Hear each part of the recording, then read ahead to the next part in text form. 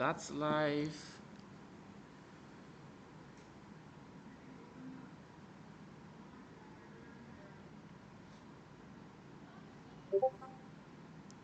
There it is.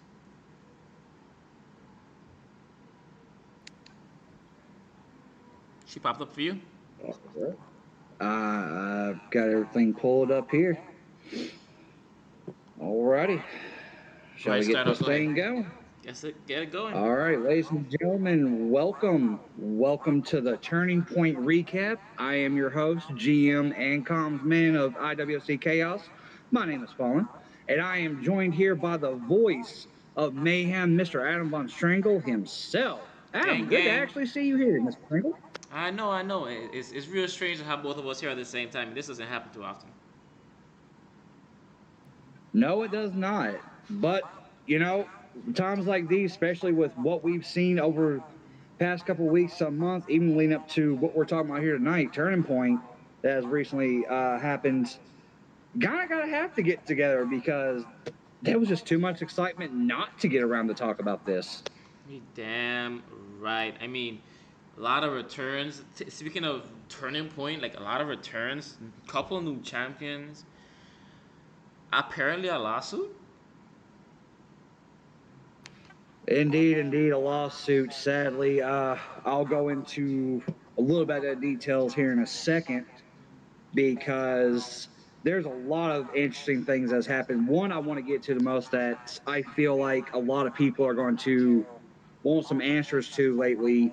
The announcement was made due to the outburst and the unstabilism of Chase Frost. A suspension was issued because of it. So you were there. I was not, sadly. I was taking care of business elsewhere, but you were there during that meeting. Right. What went on during that meeting? Apparently, it seemed like a lot of pent up frustration because of the return of the Dawn. And, I can see where Chase Frost is coming from. Vashawn has this thing about him that he's just able to talk, his way into spots and situations that I guess he really wants to be. And that has gotten him the Open Weight Championship, which it's really crazy to say that he won that on his first match back, don't you think? Indeed, coming back, especially after being gone for so long, nobody heard a word from you, and you come back and you take down, in what my opinion would be one of the toughest open weight champions so far in Edward Jackson, but not just him. There was another. Originally, from what my sources told me, it was supposed to be a four-way, Right. but due to some complications, that was not the case. So, Absolutely correct.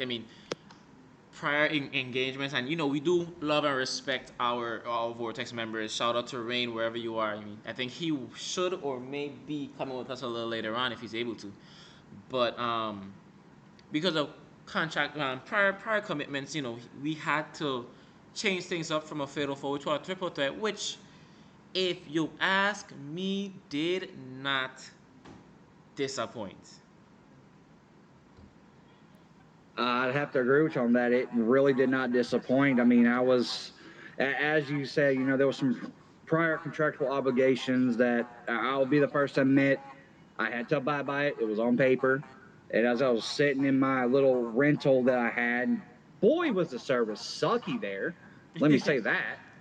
I was watching this match and I couldn't take my eyes off of it. I mean, everybody knows my history with Edward and with some of the other people in this matches, but to see how that went down and the sheer dominance that the Dawn had in that match, I I can't deny that. I mean, it was on par. It was good. I can't say anything bad on that. And we did hear from you. It's not to say that you weren't at the event. Period. We did hear from you at the event, throwing some words against Archangel for attacking you at the show. Yeah, that was coming because everybody knows if you've been in the ring with me or if you've been around me, I have a set of moral codes that I like to be followed, especially if you're coming in the ring with me. Okay, if you got a problem with me, say it to my face. Come to me to my face. I don't like coward shit. I don't. that gets on my nerves and it irks me the most, and that's what happened. Right. He took the coward's way out and attacked me from behind. Right. But that's for a later discussion, don't you think? I absolutely agree. Well, you want to hit us up with the chaos news first?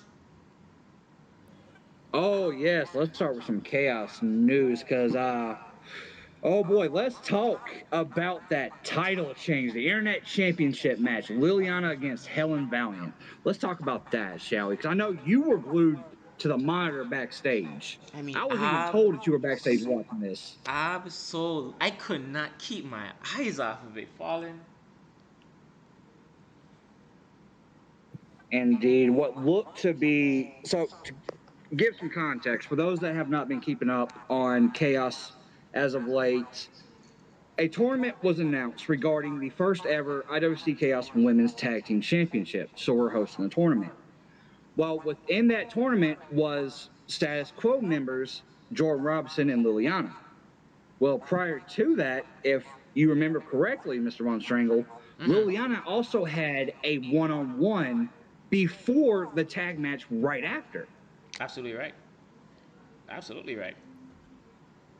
And as I would like to think, or I would assume, that the reason the second match went down as a loss, and we even saw it on social media, Liliana did not want to go nowhere near that locker room. She did not want to face what could be the wrath of Tiffany White. But I would assume that something may have occurred during that first bout that may have caused her to slow down or be a little bit groggy. Whatever that could be, I would not know. It's too late to kind of investigate that now, as what's done is done. Right. Right. But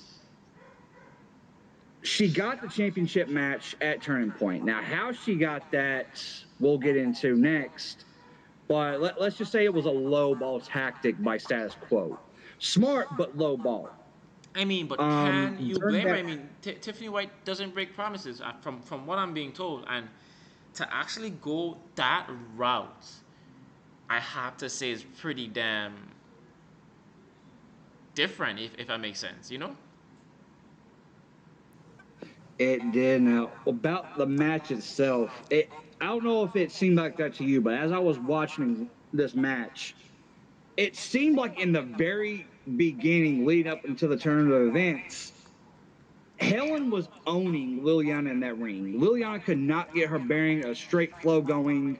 You could tell there were some mid hesitations, some frustrations on the side of Liliana, but did not see any on the face of Helen. Do you Right. think that could have been what took her eye off the ball that caused an the turn of events? I mean, maybe. I mean, excuse my French, falling, but Helen was whipping that ass. Helen was whipping that ass all over the place.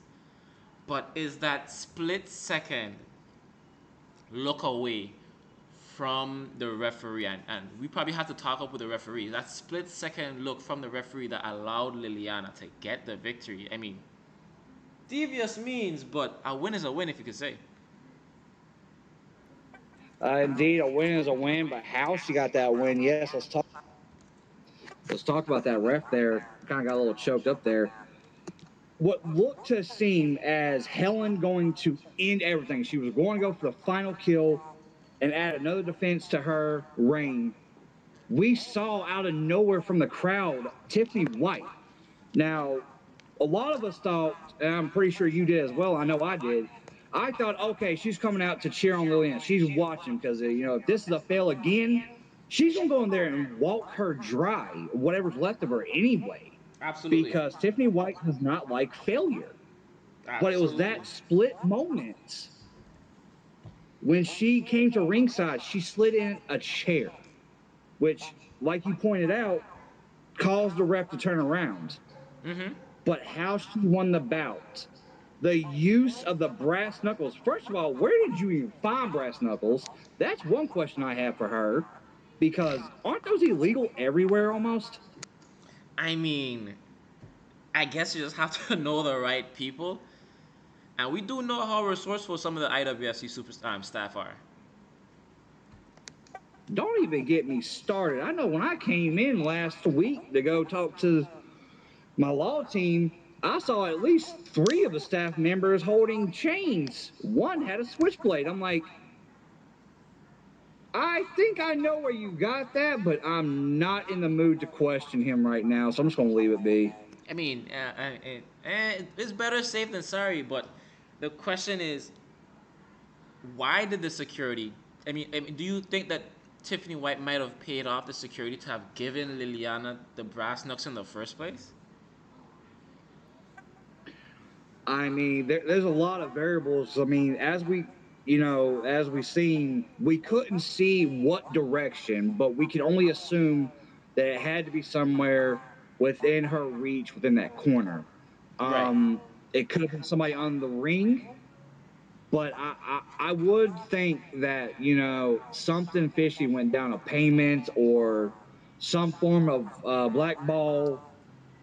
You can't put anything past Tiffany White when she wants something done. She'll get it done. Absolutely right. Absolutely right. But right now she has exactly what she wants. I mean, status quo is basically on top of the whole world. They are. I mean, you got Tiffany White, who is the current IWFC Women's World Champion. She became champion after winning the right. For those of you who have been watching since episode one, Tiffany White won the right to challenge for the World Championship of, at then, Akira, if my notes are telling me correctly, Mm-hmm. Akira,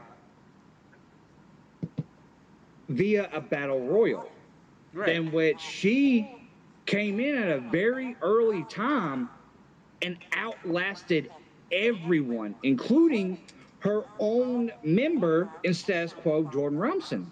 Absolutely correct. But then, if you think about it, Fallen, the one thing that I probably think that both me and you glossed over, Tiffany White was only able to win the World Heavyweight Championship because of shenanigans from Liliana. True, that is true. She did come in and aid Tiffany White and win the championship. So, with that bit of knowledge, one could only assume that the shenanigans that we saw at Turning Point was a return of the favor. Exactly, exactly.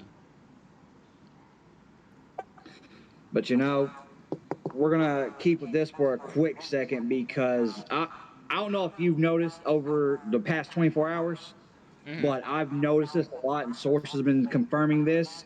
There have been some serious tension right now between Liliana and Helen.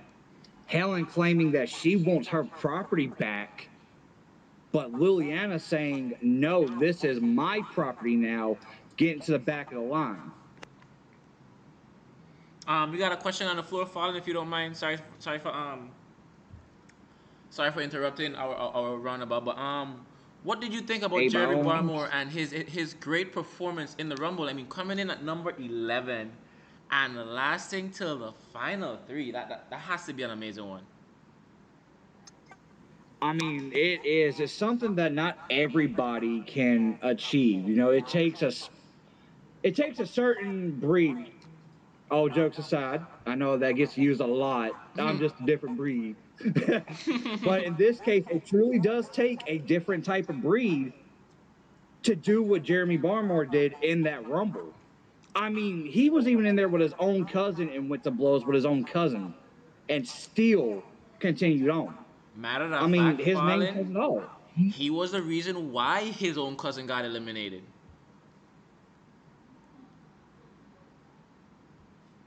I, That it kind of makes me wonder how that conversation went in the car on the way home.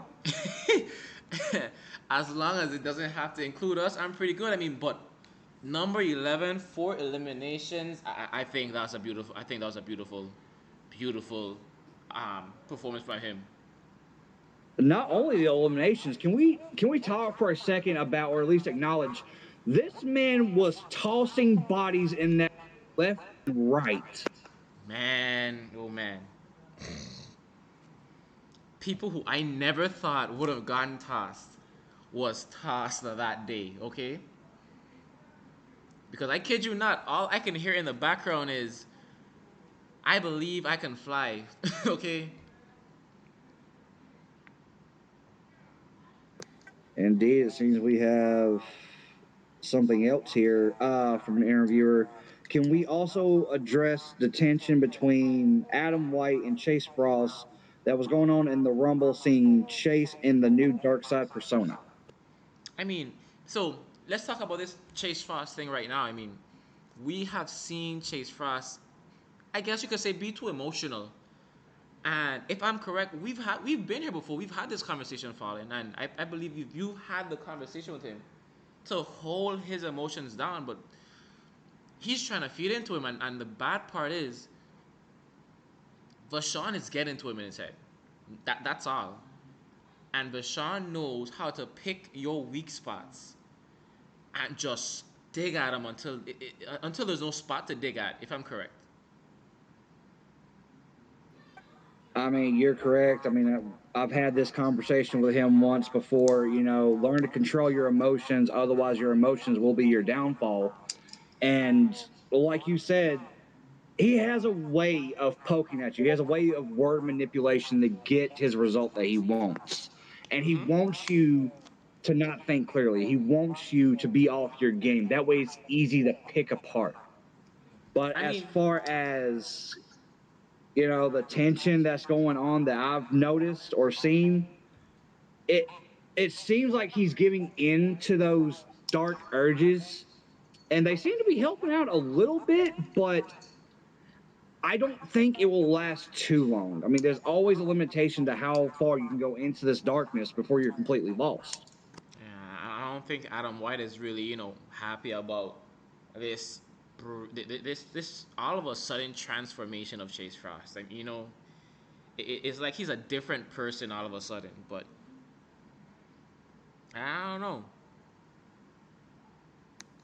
Indeed, I could definitely see, especially within the Rumble, there were a couple of moments of hesitation or it looked to be, concern like he wanted to help him, but at the same time, he felt like there was nothing he could possibly do or worth doing because at the end of the day, the decision is Chase's, whether he Exactly. wants to lose himself in it or balance it out and find that power that balances all. Exactly. I completely 110% agree. But before we got, but back to the main statement. Tiffany White, Liliana, status quo. Something needs to be done to these two women. I'm 100% sure. I can agree with that. Before we move on to another section of mayhem news here that I'm pretty sure you're going to have a fun time talking about, I do want to discuss or at least let everybody know about this. If you remember, prior before Turning Point, I myself was in my office along with my legal team with Tiffany White, and from what I was being told, their family law firm that they have. They have people at their disposal for years, as far as lawyers. And we were discussing for 5 hours this whole ordeal. Tiffany White had slapped us with a lawsuit and slapped me with one personally, saying, unfair environment and unfair booking for Liliana. Mm-hmm. Well, what I can say as of right now, there were some things that was discussed and agreed on. That is actually how Liliana was able to get her internet championship match. That was a part of the agreement. The other was that the simple fact that neither champion can be at fault for anything that happens from this point forward unless actually shown. So if Liliana decided to walk up and say, smack one of our cameramen, shall we? Mm-hmm. I Mm-hmm. can't do nothing about it because of the agreement that was signed. She That's cannot crazy. get in trouble as long as she is champion. Same with Tiffany White, which leaves us in a rock and a hard place. Yeah, absolutely. I mean, talk about the safety of the backstage people. I mean, you're speaking. Sorry for going on a tangent, but you're speaking about that. I mean, gotta remember, Lee Killstar just beat up one of the security backstage the other day because of what happened at Turning Point. I mean, I'll tell you right now that those 5 hours were brutal, both mentally and physically, because I do not like sitting down for that long. I'm sorry, 5 hours is way too long to be sitting in a chair. I don't know if you can agree with that or not. Absolutely. Absolutely. But because of that, there was a lot of things that was brought into it. There was one agreement that was brought up, but kind of switched it a bit. Because, see, this is what I would like to say regarding the final up on the details for this lawsuit. You know, because of this, I can't punish them, but I can make it hell. Absolutely. Since lawyers want to get involved, that's fine. So, the next challenger will be personally handpicked by me to be the next number one contender for Tiffany White's World Championship. That will be Ooh. coming along within the next coming weeks. Hmm. Speaking of Tiffany White, since we're on the topic, like, what do you think about this rumor that Tiffany White has a I guess bodyguard all of a sudden? I mean, is she? Do you think it's a fear of the Collier shot briefcase holder Lou to randomly just jump in and cash in?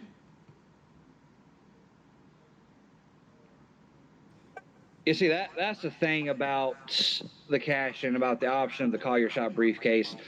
Lately, Lou has been doing what she has done best. She has been taking names, she's been dropping bodies, and playing the mind games of Tiffany White. And it's been going on for a while now.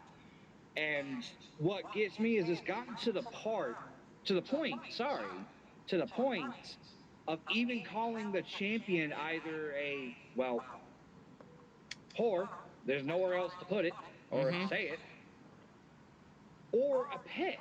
And it's Mm-hmm. like, how far are you trying to go? Because some things I feel they will make it more aggressive and worse than what the initial idea was to get the reaction. Correct. As far as the thing about Late 96 siding with Tiffany White, I don't know what is being planned there. I don't know how that came about or what the process was of thinking that. Because, I mean, think about it. She already has Liliana, who has shown now at times she can get brutal if she needs to, any way necessary. And then you have Jordan Robinson on the other side, somebody who is not afraid to throw hands without question. Absolutely. So the question being, does Tiffany White actually need a third wheel? Or is that Hey, going to be too much eyes to watch out for? hey, I mean, like, you know how some people like to say, keep your enemies close, like your friends close and your enemies closer. So could it possibly be one of those type of situations? I mean, when you look back at the history, the brutal history, I might say, between Tiffany White and Lady 96, one can only come to the conclusion that this is a plan cocked up by Lady 96 to possibly get on the good graces and take, guess you could say, make them feel comfortable, trusting, and just swoop in and annihilate them from within and take the title. I mean, it Right. could all be a front to get the belt off of Tiffany White.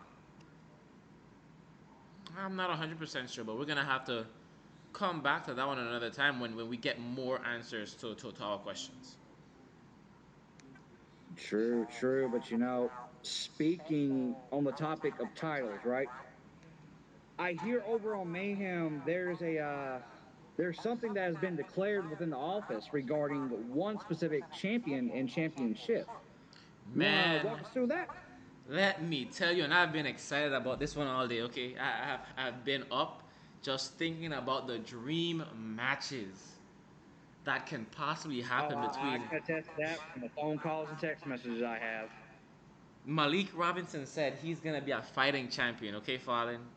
He said he's gonna be a fighting champion, and it's a perfect time too that question is being brought up about Malik Robinson said he's gonna be a fighting champion, and he even got the help of Ezekiel Swift, saying that he's gonna get Ezekiel Swift some championship opportunities.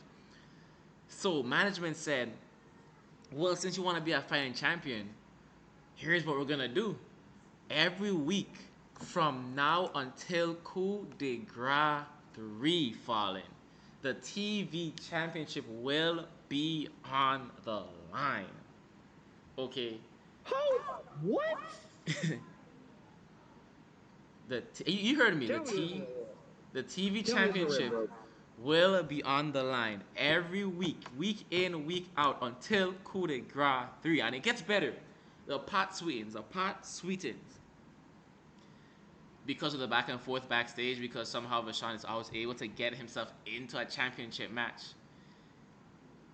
But whoever holds on to the open weight championship, either Vashon or G Myers, when they fight this week, whoever holds on to that championship will move on to a champion versus champion match, with both the open weight championship and the TV title on the line at the same time in the same match, falling. And if you thought it couldn't get any better,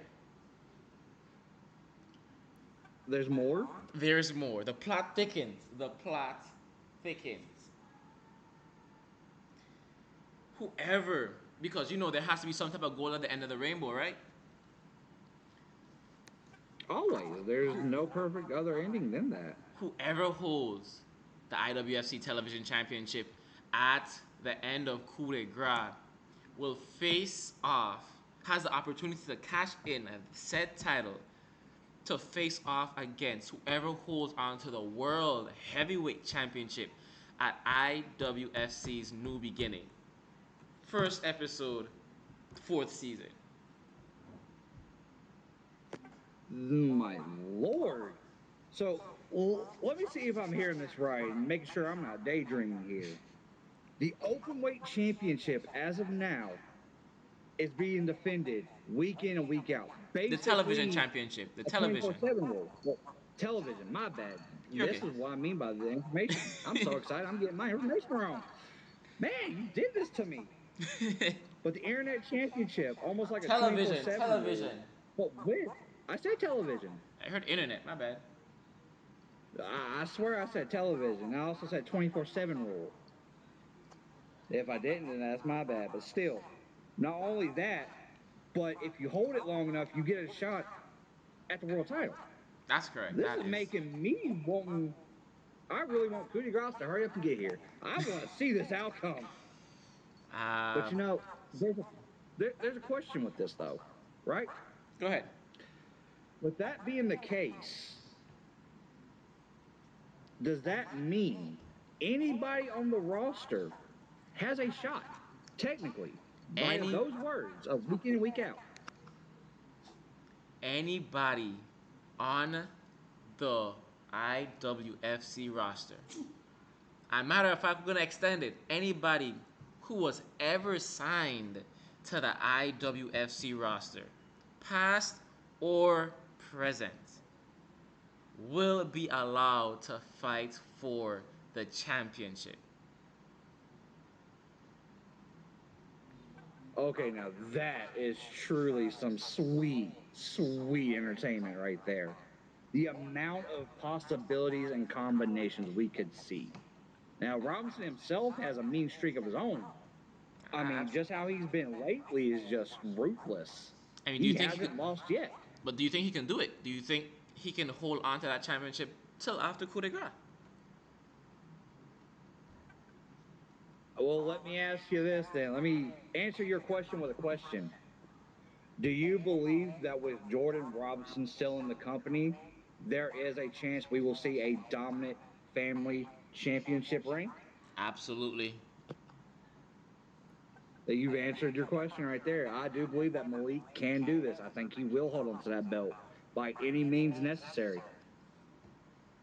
I mean, but seeing like the upcoming thing about him going against either Vashon or like if you were Malik Robinson, sorry to put you in this position, but if you were Malik Robinson right now and you had 2 votes to go down, right? Where on the left hand side, you can go against Alexander Vachon, the former 3-time world heavyweight champion, former intercontinental champion, and now current reigning open weight champion. Or you can go on your right hand side to face G. Myers, the technical submission machine, current reigning WGW television champion, and the winner of the 2024 Royal Rumble for Turning Point on the men's side. Which one would you go? Oof. Okay, if I was in his shoes, given how I fight, I mean, when you look at how Malik fights, the man is straight brutal. He likes to go fist for fist, blow to blow. So when you compare the options of either the Don or G. Myers, who is a submission specialist, I would take my chances with the man that will go blow to blows with me rather than try to go for a cheeky submission. So if Right. I was in Malik's position, I would choose the Don because he's going to fight with everything. He's going to try to be dominant, just like Malik is dominant. So it's going to be a clash of who has the better grip when it comes to those two. That would be the road I would choose. Hey, I completely agree. I completely agree. What do we have next? What do we have next? What we got next, I'm glad you asked because we're going to take a look at the final big matchup that was held at Turning Point. Let's talk about the Women's Rumble. Now, this one I'm personally excited to talk about because starting out at number 2, the newly signed Caitlin Black made her presence known in that Rumble. Now, with the odds of coming in at number 2 to the higher numbers, you risk being eliminated early on, correct? I mean, absolutely right. I mean, from number 2, there's about a the women's rumble has about a 5% chance of winning from any number. Indeed. And for Caitlin Black to outlast every single competitor that entered that Rumble and go on to win in her debut, none less, I'd say that was a double history making moment. I mean, not even double alone, but falling. She tied. She ended up tying at the end of the night with people like Veronica Flame, with people like Alexia Albright for the most eliminations in one women's Royal Rumble, in the first ever women's Royal Rumble match. Exactly. And that's what I mean by, a multi history making moment. Not only the first ever women's Rumble, but also in the debut, coming in at the second spot, going through and claiming your victory and your rights to challenge while tying with some of the most big names in the company as of now, like Helen, like the others, to tie with them on eliminations. That in itself puts you on the top tier when looking at Rumbles.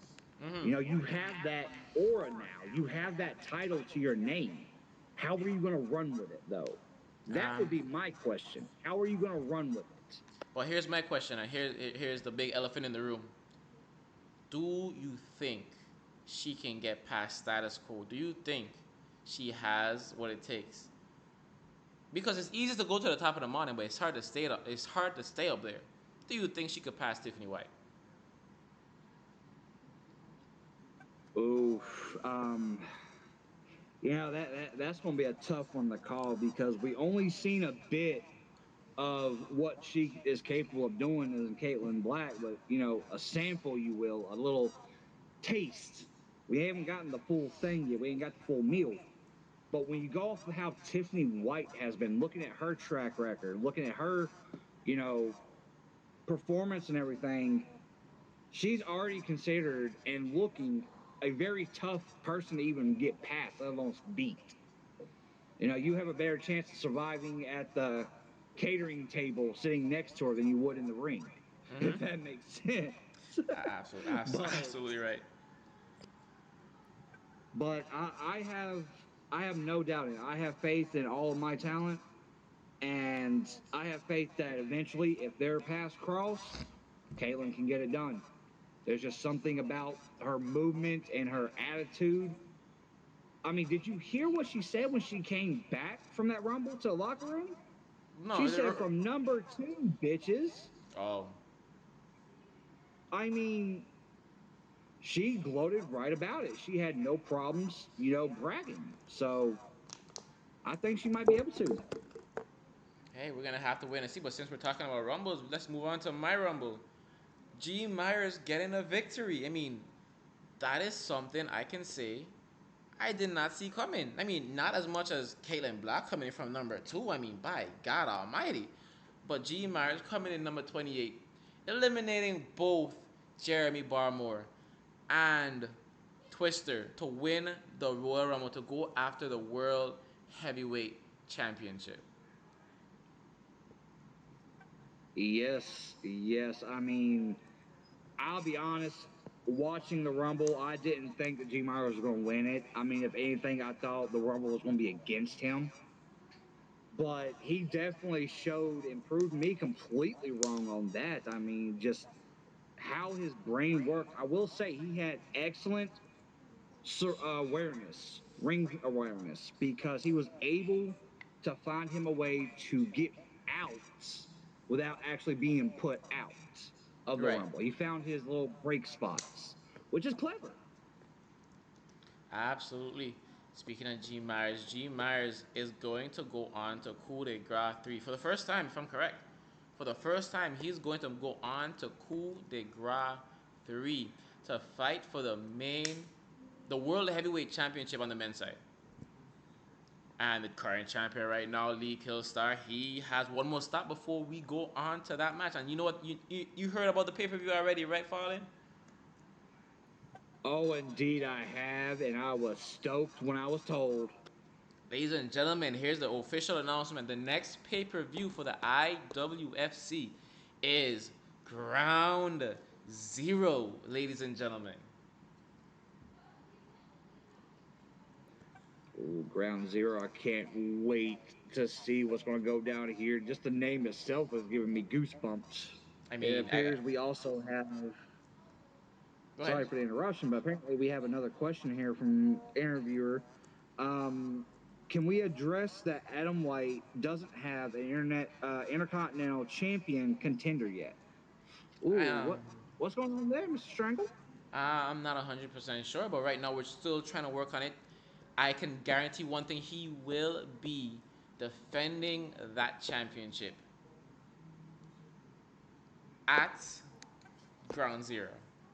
110%. But right now, it's for people to speak up. I mean, it's up for grabs, Fallen. Who feels like they deserve to be number one contender for the Intercontinental Champion? And you know what? Since we're right there, how do you feel about Vashon trying to get the Intercontinental Championship and Adam White saying no, that he doesn't deserve it? Ooh, I mean, lately Rashad has been on a mission. He wants to gain all the gold within IWFC and be the dominant champion. But Adam White refusing that's a smart decision on Adam White, not because of ego. I mean, some will say it's ego, some will say it's cockiness, but it's also smart because the longer you wait, the more you can study the person before fighting. And I think that's what Adam White's doing. He's going to study this man, learn every maneuver, every sequence, Mm-hmm. and counter him every step of the way. I can 110% agree. I 110% agree. Anything else? What else we're missing? We have one big announcement, but we're gonna save that for last. Oh yeah, we're gonna save that one for last. As a matter of How could fact, there I? is something. How could I forget, Fallen? I, I think I was about to remind you of it if we're thinking the same thing because I'm looking at my notes right now. I mean, if the man who holds on to the television championship vacates the championship at season number on episode number 1, Fallen, we're gonna need a new champion, aren't we? Indeed, we are. We're going to have a new champion. which means the return of the IWFC G1 Climax, ladies and gentlemen. Ooh, the return of the G1? Okay. Yes, the What can first we ever expect to TV see there, my champion, guy? first ever TV champion, and if I remember his name correctly, it was Roy Pierce. Roy Pierce was crowned the first ever TV champion 1 year ago at the G1 Climax. Who will be crowned the next winner of said climax? Who will be crowned the second man to win that championship via the climax? It's hard to think of who can win, but you can always throw ideas of who you think could win based just off the talent alone. You have names in there again, like Rashad, like Frost, but unfortunately, the whole situation there is kind of fuzzy. But then you also have talents like Jeremy. There's so many different variations within this G1 climax that we could possibly or potentially see happen. Some could even say some great matches, some lackluster. We won't know until it happens. But we I mean, can expect a lot of fights. I can know that much. absolutely, a clash of styles, and you 101. You know what I'm saying? You have to be ready to fight and go against anything that literally comes your way. Indeed, indeed. But moving on to what I will say is the last little bit of a recap for Chaos here. We want to talk about the tag team tournament and what is to be expected coming soon. Within the next installment, next episode of Chaos, we will have another round one within the tag team tournament. It was confirmed, I would say, what, about 2, 3, well, it was last year, might as well say, but about 3, 4 months into the end of last year, that the board decided to initiate and progress a tag team championship within the Chaos roster. Do you have the records for that? I'ma have to find the records really quick and fast. All right. Well, while he is getting that set up, I'm gonna go ahead and talk about what's happened so far. We did have the first round not that long ago. You can go back and check that out. It was a very it was a very slow pace, I will say, but the results didn't really disappoint. Do you think? No, not at all. I mean, we did see, like we talked about earlier, Liliana and Jordan Robinson did take on the next team, which I'm still trying to find. Give me 1 second, guys. I should have had this ready. Yeah, we can blame this on the secretary. She's from Detroit too, right? uh, from Detroit. Yeah, she's from Detroit as Oh, well. oh, she's from Detroit. Okay, well, I guess Detroit is going to be better than Dakota. Hmm. How's Charles? I heard y'all have Uh, a problem back there from some dude named Charles in Dakota. Charles in Dakota has been pressing the wrong buttons. Okay. Oh boy. Oh, apparently a message is being sent in from my device here. Apparently Chase Frost has something to say. Said I may be suspended. I wouldn't mind facing Adam White at ground zero. Oh, Yeah, Chase that's a. Frost basically issuing a challenge to Adam White. Ooh. You think that's gonna go really great? How do you think that might go? But anyways, while we're continuing off, we saw Status Quo taking on Skylar Viper and Taya Niles, which Status Quo was not able to get the victory, sadly. No, indeed, they were not able to get that victory, which prompted, for those of you that were watching live, backstage commotion in the locker room and some property damage courtesy of Tiffany White. Absolutely. She was not happy about it. No, she was not. But, regarding the tag team division, there was something that was pointed that I wanted to point out Go ahead. from a quote that was said by Liliana. And the question was hypothetically, if one of the teams did not make it to their scheduled match in the tournament, would status quo get another shot? Now, Mm. I don't know about you, but I've had a lot of fair share of hypotheticals or hypothetical questions that turned out to actually happen. So, question is, should we be worried or concerned that maybe, just maybe, Liliana or status quo may try to enact on that, especially with the agreement of neither champion can be done any punishment as long as they hold the titles? I mean, look at what we've seen so far, Fallen. I mean, she's learning from Tiffany White. If you ask me, that is a big move that needs to probably bulk up in security that day. Indeed, security may be called, but one thing I want to say about Liliana that I've noticed is that ever since joining and taking up Tiffany White and her offer to join status quo, her attitude has changed, her demeanor has changed, and her dialogue has changed, even to the tone. I completely agree. Completely. Indeed. Well, with that being said, if I remember correctly here, sir, you have a very big announcement to make here. All right. Ladies and gentlemen, boys and girls, children inside the chat, I would like to announce that this will be the final season of IWFC. This will be the final coup de grace of IWFC. This will be the first and final ground zero of IWFC. The International Wrestling Fight Club will be no more after the end of March. Because Oh boy. we have grown, we have fought, we have done everything we can do. So, ladies and gentlemen, we're gonna drop the C. As you can see, we're gonna drop the C, pitch the C to the side, and welcome for season 4. We're gonna open the doors to the International Wrestling Federation. Well, then, that was a bombshell.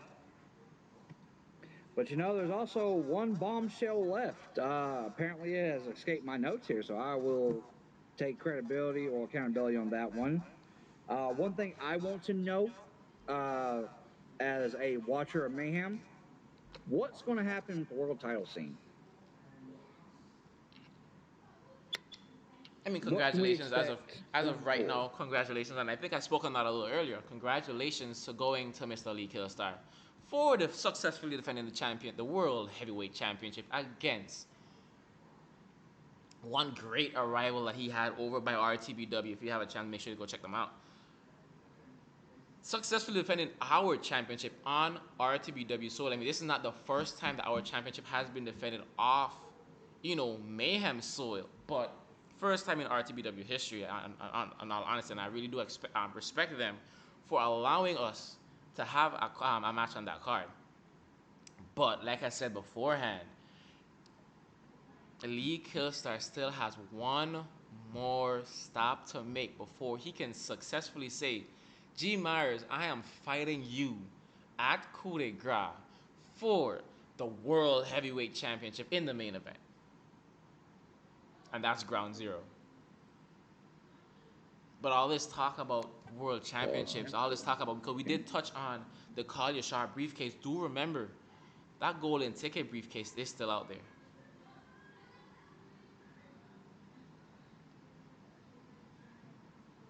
You're following that golden ticket briefcase is still out there.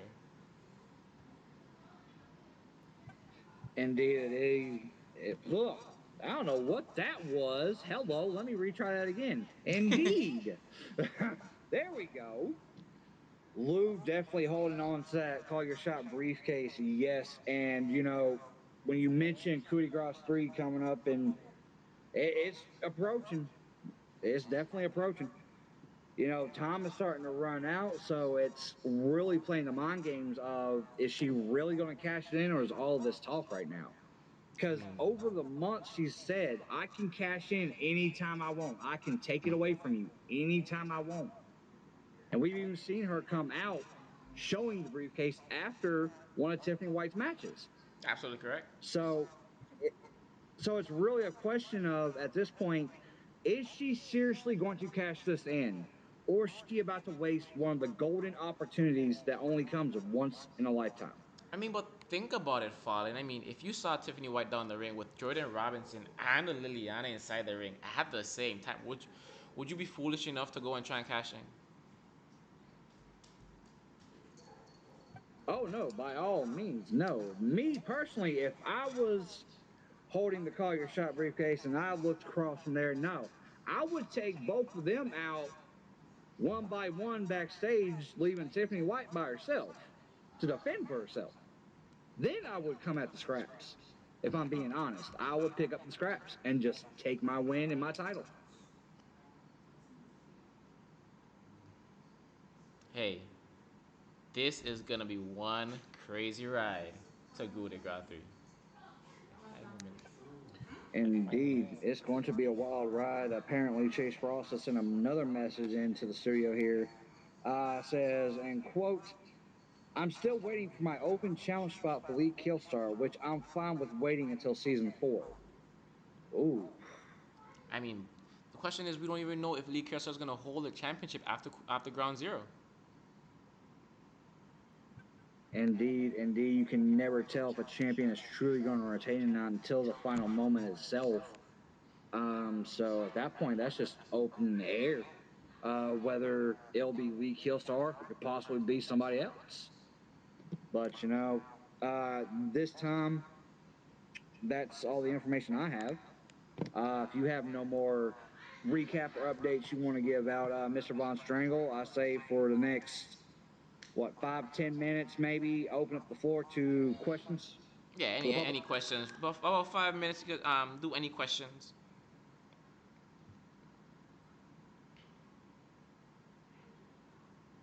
I wish I had the Jeopardy music playing right now in the background. That would be pretty cool, but at the same time, that would also probably be nerve wracking and PTSD for a lot of the older generation. So Jeopardy's what? on, let me get my book. So we talked about women's rumble, men's rumble, the world title scene, the open weight title. Listen, everybody is firing on all syllables right now. Oh yes, I've heard, from what I've seen and heard, there's been a lot going on in the tag division over there too. Oh, look at this right now. What about the situation with New Divine? I mean, New Divine does have a tag team number one contender. If you watch, I mean, you gotta remember, the Hollow did go and run in and interrupt New Divine when they were supposed to have a regular 2-on-2 match with them. That is true. They did sneak attack New Divine, and given my close relationship with Justin Andrews and Leon Briggs from the years of training them up, that's something that I taught them. If somebody attacks you from behind, that's the coward's way. But when you look at how their momentum is and how they came in storming, they came in with a mission right off the bat. They wanted to take over the tag division and set an example on why they're the fastest rising tag team to step foot in IWFC. But what I saw and noticed was, it seemed like the Hollowing has their number right now. They're not performing how they normally do as far as New Divine. It seems like they may be a little bit sluggish right now. I don't know what that is. Have you noticed that, Von Strangle? Not really. I mean, I'm gonna have to try and keep my eye on that one. So you were not paying attention to the match that you were calling? There's a lot of things going on. Okay, there's a whole lot going on. But I'll give you that. There was a lot of things going on. But what I can tell you from when speaking to Andrews earlier on today before we went live, they're not happy. As a matter of fact, that's made them more angry than what they are. Now, they're going to try to end the Halloween. There is no beating them. They attacked them from behind. Now they're out for blood.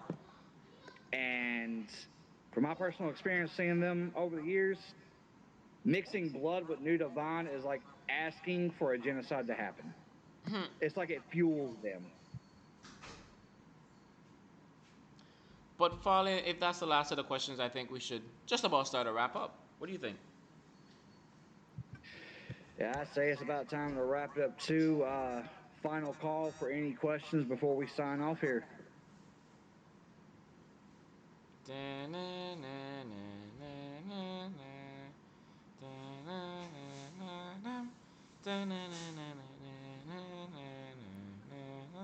$200 for Alaska, son. Dum, dum, dum, dum.